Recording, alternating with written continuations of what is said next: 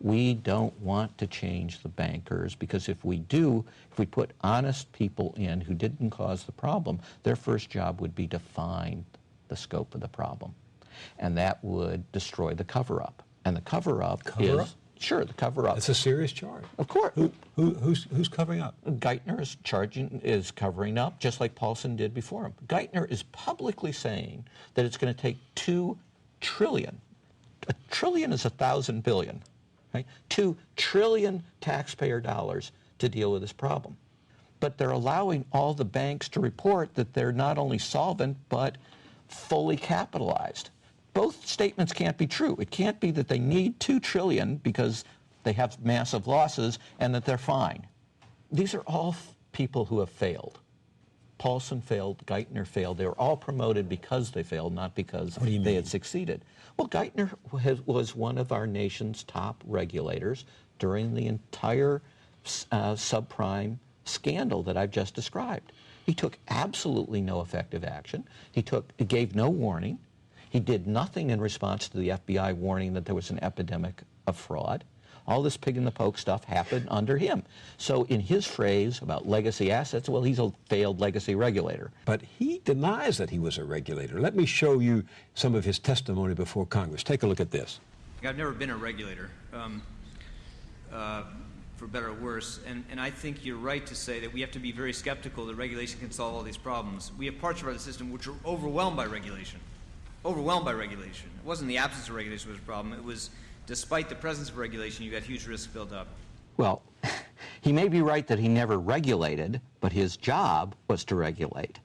That was his mission statement as president of the Federal Reserve Bank of New York, which is responsible for regulating most of the largest bank holding companies in America. And he's completely wrong that we had too much regulation in some of these areas. I mean, he gives no details, obviously, but that's just plain wrong. Geithner from the Treasury Department. Could you imagine that?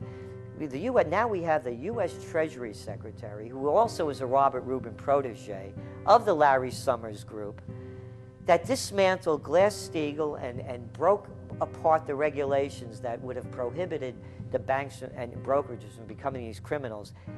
He was the former president of the New York Federal Reserve, and now he's our Treasury Secretary.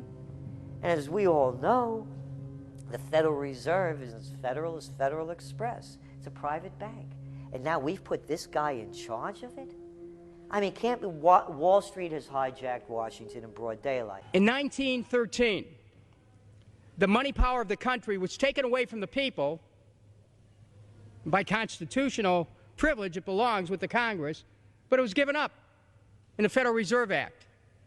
The Federal Reserve is no more federal than Federal Express, but yet it has the power to determine the direction of use of money in our economy.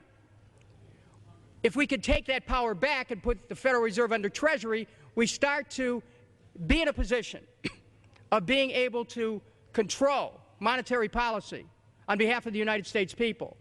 The Federal Reserve is totally private, and Alan Greenspan 2 weeks ago on PBS on Lair NewsHour said on record that they are above the law, the Congress, the President, everyone.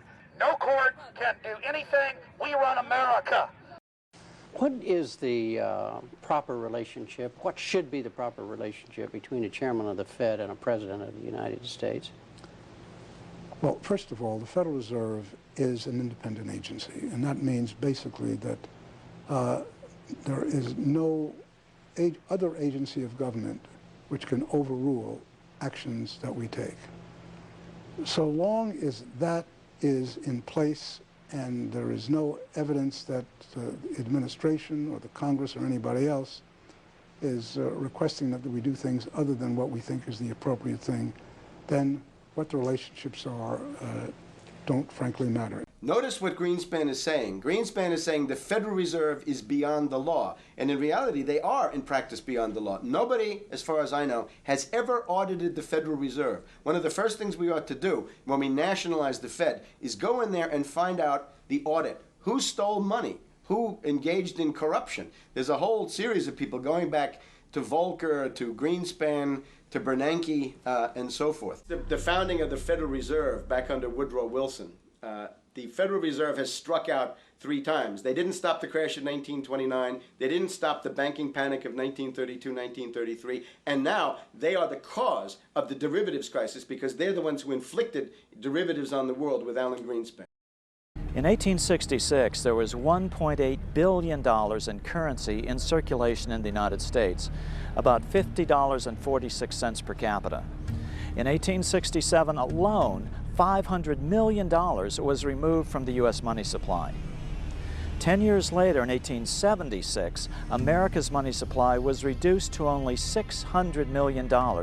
In other words, 2/3 of America's money had been called in by the bankers. Incredibly, only $14.60 per capita remained in circulation. What's so important about how money was withdrawn from the U.S. money supply? Because this is the real cause of depressions, deliberate manipulations of the money supply by big bankers to get what they want politically. On January 28, 2009, the world's business and government leaders met in Davos, Switzerland at the annual World Economic Forum, which they optimistically titled "Shaping the Post-Crisis World," as though someone had already fixed the problem. According to Reuters, the world's largest news service, the world's money supply had nearly been cut in half in the previous 15 months. 40% of the world's wealth was destroyed in the last 5 quarters. It is an almost incomprehensible number. And how does that compare to the Great Depression of the 1930s? Nobel Prize-winning economist Milton Friedman put it this way in his 1996 interview with National Public Radio. The Federal Reserve definitely caused the Great Depression by contracting the amount of currency in circulation by 1/3 from 1929 to 1933. In other words, by January of 2009, the world's money supply had been contracted more than that which caused the Great Depression in America in the 1930s.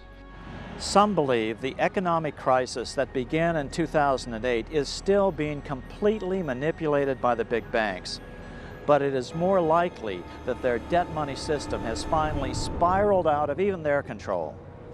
In 2008 and 2009, nations poured unprecedented money into the system to prevent its collapse. At the very least, unprecedented inflation will surely follow. There are 2 fundamental reforms that we need to get adequate capital and 2, to get far higher levels of enforcement of fraud statutes. Existing ones, I'm not even talking about new. Things were being done which were certainly illegal and clearly criminal in certain cases, which, I mean, fraud is a fact. Fraud creates very considerable instability in competitive markets. If you cannot trust your counterparties, it won't work. And indeed, we saw that it didn't.